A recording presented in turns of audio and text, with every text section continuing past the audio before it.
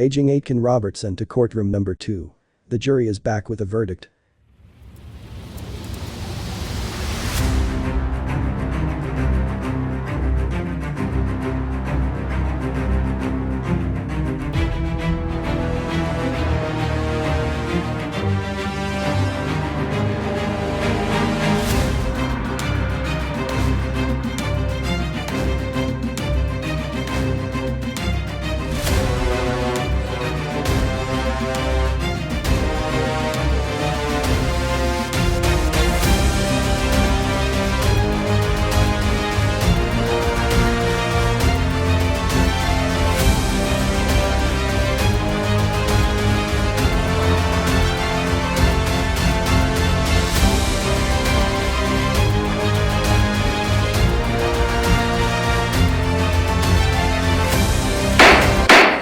Members of the jury, how do you find the accused?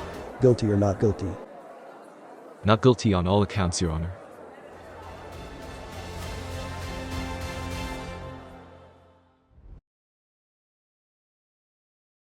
Welcome to the Aitken Robertson Legally Speaking YouTube channel. I'm your host, Melanie van Orde, a licensed paralegal here to guide you through various legal challenges. Today, I'm joined by my esteemed colleague, licensed paralegal Jamie Sanflieben, and we'll be diving into a crucial topic of what to do when your driver's license has been suspended and how to prepare for an appeal to the License Appeal Tribunal. So stay tuned for some insights and practical advice to help you navigate this complex process. Hi, Jamie. Hi, How are you?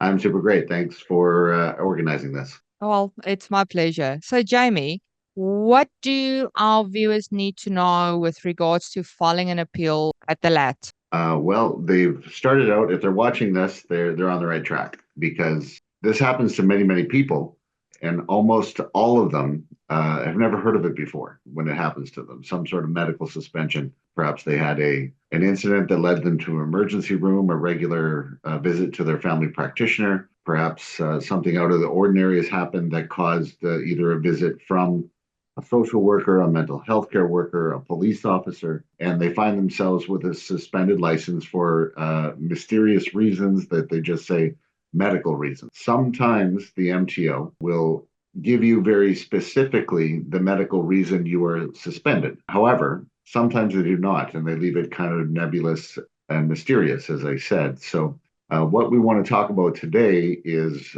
when you make that first call, trying to figure out what's going on. Are you in a position to file an appeal with the License Appeal Tribunal? Are you ready to file an appeal? So that's all about where you are in the process, things that have to be done before you file an appeal, things that are done once you file an appeal. So today, I guess, again, we're going to talk about, are you ready?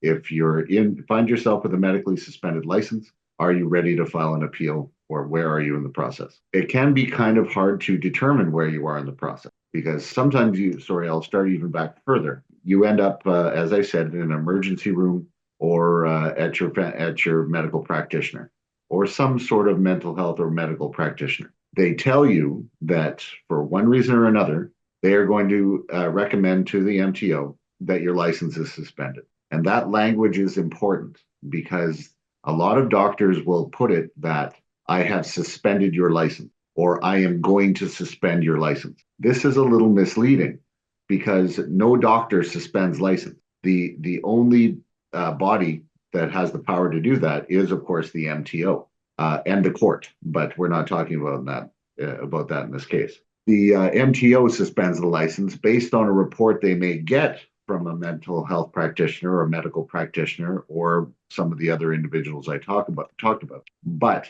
that doctor or that practitioner themselves are not the ones who suspend your license. So it's important to remember that because sometimes people leave their doctor's office or that emergency room and think, what am I going to do? How am I even going to get home? Your license isn't suspended at that point. They have just submitted a report to the MTO. The MTO prepares a letter telling you if they accept that unsolicited medical report, as it's called, and suspend your license, they send you a letter saying what date your suspension will take place. Sometimes it is either an or else situation where you can provide them further medical information for the issue that they're requesting. And in doing that, you can actually avoid the suspension altogether. Sometimes that's not the case, depending on the boxes, I guess, for lack of a better term, that the practitioner ticked when they sent in the unsolicited medical report to the registrar, the MTO. So if you leave the doctor and they said, I've suspended your license, you can actually drive home. They have not.